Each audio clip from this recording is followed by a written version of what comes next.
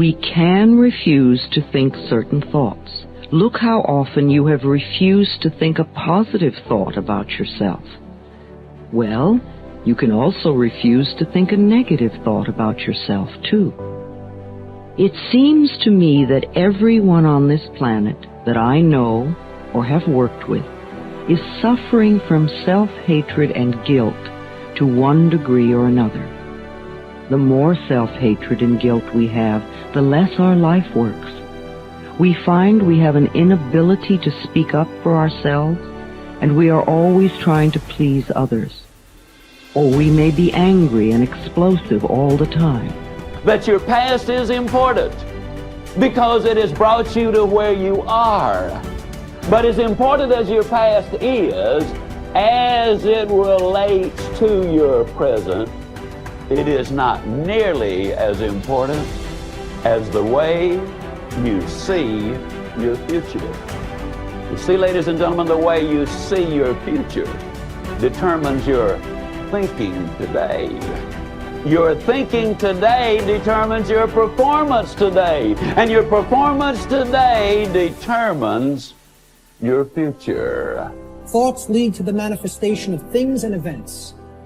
Thoughts create conditions. Thoughts create things and conditions. They cannot just magically manifest themselves. Thought comes first. Thoughts create our state of existence and the quality of our experience here on earth, ultimately.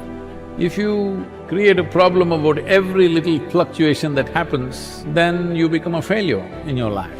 If you were a wave surfer, you've seen people surfing on the waves. What is his dream? He would like to have a tsunami. The dream in a surfer's mind is a tsunami, 100-foot tall wave, riding it.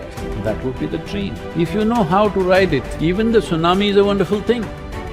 No one knows enough to be a pessimist about anything.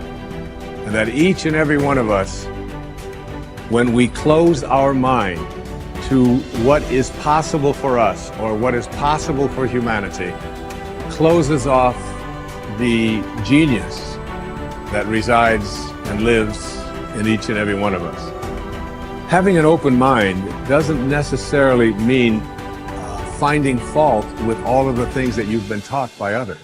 It means opening yourself up to the potentiality and the possibility that anything and everything is possible. See, the end result has already happened in our mind. We're creative beings. We're God's highest form of creation. We can create in our consciousness the kind of person we want to be, and then be that person. We must translate vision into being. So we don't just visualize it, we be it.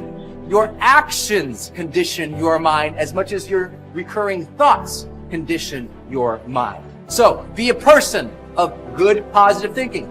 Be a person of good, positive action. And suddenly one day you'll wake up and you're like, I just feel amazing. I feel extraordinary. I feel positive. And that's what it feels like to live the charged life.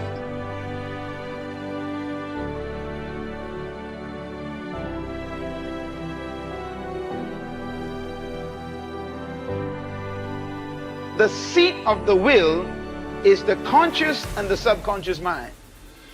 That's where the will lives. It lives in the heart. Your heart is your subconscious mind, and your subconscious mind is the seat of control for your life.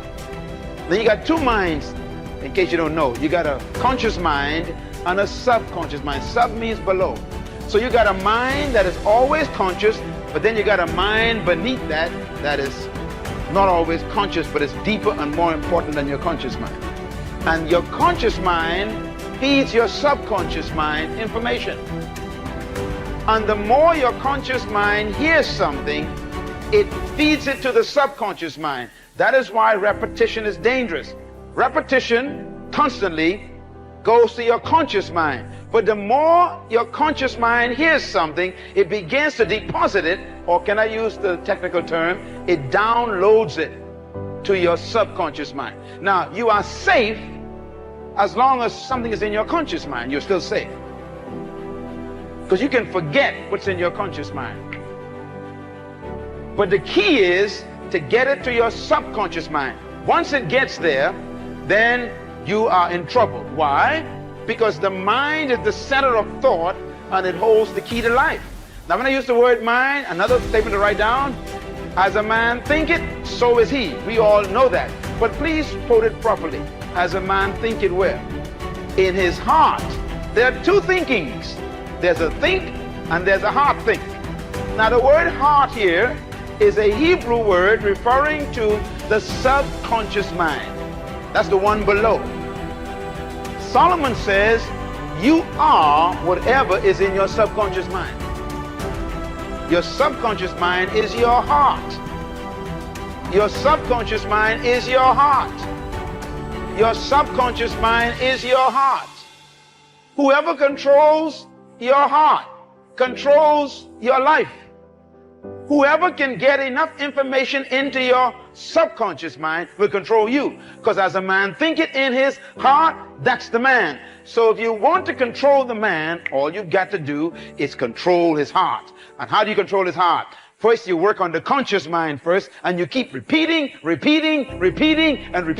until the conscious mind deposits it in the heart. And now you're in trouble.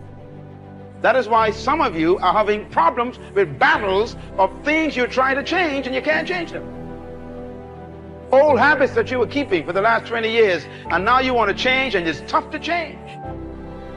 Young people, that is why God tells you to stay away from evil things. If you keep watching pornography, you keep reading dirty books, you keep listening to bad stories or dirty jokes, and if you keep listening, now the first time you see it, it doesn't bother you. But if you keep seeing it, it becomes downloaded. Now once something is downloaded on your hard drive, what happens? Even when you are not conscious of it, it is still running.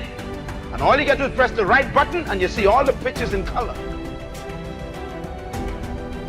That's why the Bible says, take heed what you hear. Why? If you don't control what comes into your conscious mind, it'll soon become a part of your subconscious mind and it's in your heart. And the Bible says, out of the heart, what? The mouth really speaks. It's out of the heart comes what? The issues of life. And Jesus said, from whence comes murders and lust and adultery? He said, they are coming from the heart. Everybody say the mind. Write this down, please. The mind is defined as the heart. It determines the future and destiny of a man.